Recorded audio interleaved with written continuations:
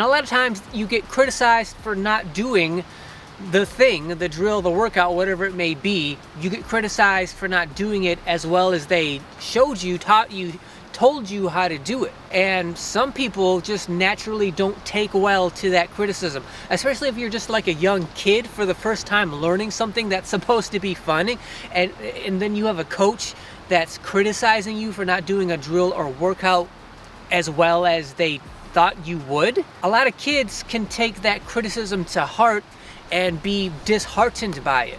But part of coaching and part of being coached up and coaching your players around you to get better the way you want them and the way they expect to be is like, you do it in a way where they know they're being criticized, but yet and still they're going to continue to work to get better. And some kids, they just can't take it. They can't take the criticism at all, and they just give up. And that's just the way it goes. But for those of us that kind of stick around and can take the criticism and we get better over time because of it, that's how you get coached up. And the better you get at that, the more you can learn, the better you can get.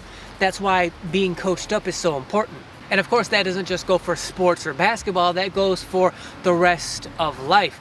When you become an adult and you get into the workspace and you're around other adults who you're trying to work with in a efficient way to get whatever goal accomplished that you're trying to accomplish, it becomes very easy and clear to see, to recognize like the other adults around you who never got coached up. They never got any kind of coaching whatsoever. But those of us who've been coached up, we know that like that criticism or that correction of like how to do things properly, that's not an attack. That's just your supervisor trying to teach you and show you how to do what you're supposed to do, the best way to do it, so that you get towards that goal that much faster. The people that see themselves as like victims of attack of other people, who those people are just trying to help, but they're doing it through criticism, those people are usually the people that have never been coached up, and it becomes pretty easy to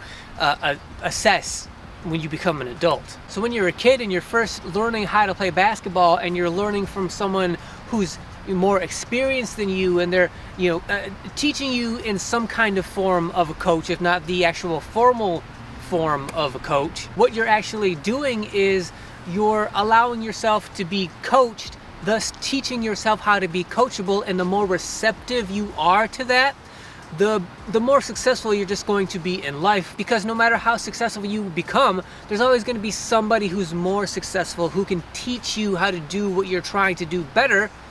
And the more receptive you are to that, the better and faster you're going to get there. Lastly, and probably my favorite aspect to a life lesson when it comes to basketball, is that basketball is a meritocracy. And to me, in terms of major American sports, basketball is the meritocracy. Meaning, to me, my experience with basketball is there's nothing more fair in life than basketball. Because as you grow up and as you get more responsibilities, you get more and more familiar with the fact that life just isn't fair. Now, when you're a kid, you hear that expression being thrown around by adults, and so you realize like that must be a part of life that is true.